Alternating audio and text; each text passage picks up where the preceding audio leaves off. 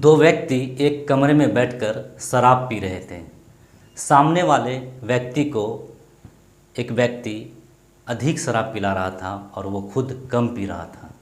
लेकिन सामने वाला व्यक्ति जब नशे में पूरी तरह से धुत हो जाता है तब एक व्यक्ति वहाँ पर किसी को फ़ोन लगाता है और फ़ोन कर जैसे फ़ोन काटता है उसके तुरंत बाद जो सामने बैठा व्यक्ति शराब पी रहा था, शायद उसे ये अंदाज़ा नहीं था कि वो जिसके साथ बैठकर शराब पी रहा है कुछ ही देर बाद उसकी हत्या कर देता। होता भी ऐसा ही है। जब वो व्यक्ति पूरी तरह शराब में टून हो जाता है और सामने वाला व्यक्ति फ़ोन पर न जाने किससे बात करता है और क्या बात करता है, फ़ोन के रखते ही सामने वाले व्यक्ति की गर्दन पर चाकू रखता है और उसके गले को रेत देता है और उसकी हत्या कर देता है।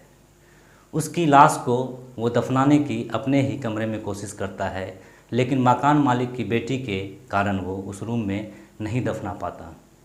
आखिर सामने वाला व्यक्ति ने उस व्यक्ति की हत्या क्यों की, उसने फ़ोन पे किससे बात की, किसने उसे क्या कहा जो उसकी हत्या कर दी। इस पूरी कहानी को जब आप सुनेंगे तो वाकई आप भी हैरान रह जाएंगे। आदाब नमस्कार, मैं हूं आपका दोस्त जुनैद अनवर। आज की जो सच्ची घटना सुनाने जा रहा हूं, ये सच्ची घटना है उत्तर प्रदेश के कानपुर की। 26 नवंबर को फारुखाबाद में रह रहे एक 55 वर्षीय पिता अपनी बहू सुमन के नंबर पर कॉल करता है। वो कानपुर कॉल कर कहता है कि मेरी बात मेरे बेटे संजय से करवाओ, लेकिन सुमन कहती है कि संजय सुबह से घर पर नहीं है, कहीं वो चला गया है। उसके पिता तुलाराम को ऐसा लगता है कि गुस्से में कहीं चला गया होगा, इसी वजह से बात नहीं हो पाई। फिर किसी दिन कॉल कर मैं बात कर लूँगा, ये कहकर फ़ोन काट देता है। लेकिन 3 दिन बाद जब वो फिर से दोबारा अपनी बहू को कॉल करता है और कहता है बेटी संजय के नंबर पर कॉल नहीं लग रहा है, मेरी बात संजय से करवा दो।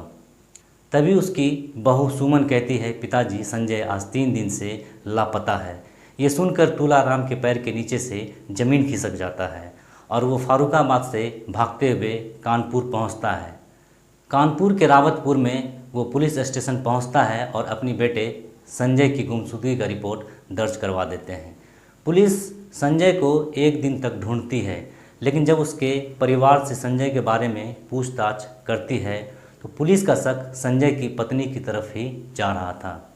पुलिस संजय के मोबाइल का जब लोकेशन चेक करती है तो उसका लोकेशन गुजौनी गांव के मायापुरम की आ रही थी। दूसरी तरफ जब सुमन का कॉल डिटेल चेक किया जाता है तो उसकी भी बात इसी मोहल्ले के एक लड़के से हुई थी। अब पुलिस का शक सुमन की तरफ और पुख्ता हो जाता है। पुलिस सुमन को अपनी गिरफ्त में ले लेती है और साथ साथ उस लड़के को भी जिससे उसकी बात हुई थी। पुलिस अब दोनों से पूछताछ शुरू करती है। पहले तो दोनों पुलिस को काफ़ी बरगलाने की कोशिश करती है, लेकिन पुलिस के थोड़ी शक्ति दिखाने के बाद ही दोनों आखिरकार सच्चाई उगल ही देते हैं। दरअसल इस कहानी की शुरुआत आज से 3 साल पहले हुई थी। कानपुर में ही संजय और उसकी पत्नी सुमन दोनों एक पन्नी फैक्ट्री में काम करते थे। वहीं पर एक राजेश नाम का व्यक्ति, वो भी उसी पन्नी फैक्ट्री में काम करते थे। राजेश की मुलाकात अक्सर सुमन से हो जाया करती थी, क्योंकि दोनों एक ही कंपनी में काम करते थे और ये मुलाकात धीरे धीरे बढ़ती चली जाती है। दोनों के बीच बातें होने लगती है और ये बातें धीरे धीरे प्यार में बदल जाता है। जब संजय काम करने कंपनी जाता था तो उसकी पत्नी सुमन कोई बहाना बनाकर वो घर पे ही रह जाती थी। दूसरी तरफ राजेश संजय के पीठ पीछे आता था और उसकी पत्नी सुमन के साथ शारीरिक संबंध बनाता था। शायद संजय को इस बात की भनक तक नहीं लगी कि उसके पीठ पीछे कोई आता है और उसकी पत्नी के साथ संबंध बनाता है, उसकी पत्नी से नाजायज़ संबंध है। वक्त धीरे धीरे गुजरता है और लगभग 3 साल तक दोनों के बीच नाजायज़ संबंध कायम रहते हैं। जब जब राजेश को मौका मिलता तब तब वो सुमन के पास आता है और उसके साथ शारीरिक संबंध बनाता है। 3 साल गुजर जाने के बाद राजेश कहता है कि मुझे अब तुमसे शादी करनी है, मुझे तुम्हारे साथ ज़िंदगी गुजारनी है। लेकिन संजय के रहते ये दोनों के लिए मुश्किल था कि आखिर दोनों कैसे एक दूसरे के साथ ज़िंदगी गुजारेंगे। तो दोनों मिलकर प्लान बनाते हैं कि क्यों ना हम दोनों अपने बीच से संजय को ही हटा देते हैं। दोनों मिलकर प्लान बनाते हैं संजय की जान लेने की, हत्या करने की। 26 सितंबर को राजेश संजय को फ़ोन करता है और अपने घर गुजैनी गांव मायापुरम बस्ती में, जहां राजेश भाड़े पर रहता था, वहीं फ़ोन कर बुलाता है। संजय भी खुशी खुशी चला जाता है, क्योंकि संजय से भी राजेश की बात होती रहती थी, क्योंकि दोनों एक ही कंपनी में काम करते थे। संजय राजेश के घर पहुंचता है। राजेश संजय को खूब शराब पिलाता है। जब संजय नशे में धुत हो जाता है तो राजेश संजय के सामने ही उसकी पत्नी सुमन को फ़ोन लगाता है और कहता है मारना है या छोड़ना है। ये बात उसकी पत्नी सुमन सुनते ही तुरंत हाँ कर देती है, हरी झंडी दे देती है। जैसे ही राजेश को सुमन हाँ कहती है, राजेश बगल में रखे चाकू से संजय की गला को रेत देता है और जब तक उसकी जान नहीं निकल जाती तब तक चाकू उसके सीने पर गोदता रहता है।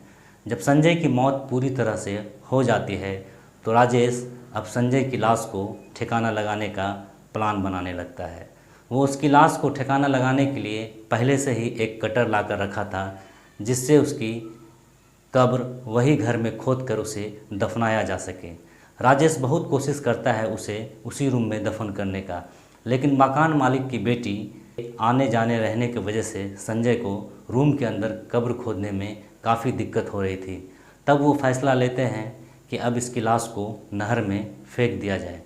तब राजेश संजय की लाश को बोरा में भरकर, घर के थोड़ी ही दूर पर नहर था, इसलिए संजय की लाश को वो बोरे में भरकर नहर के अंदर फेंक देता है।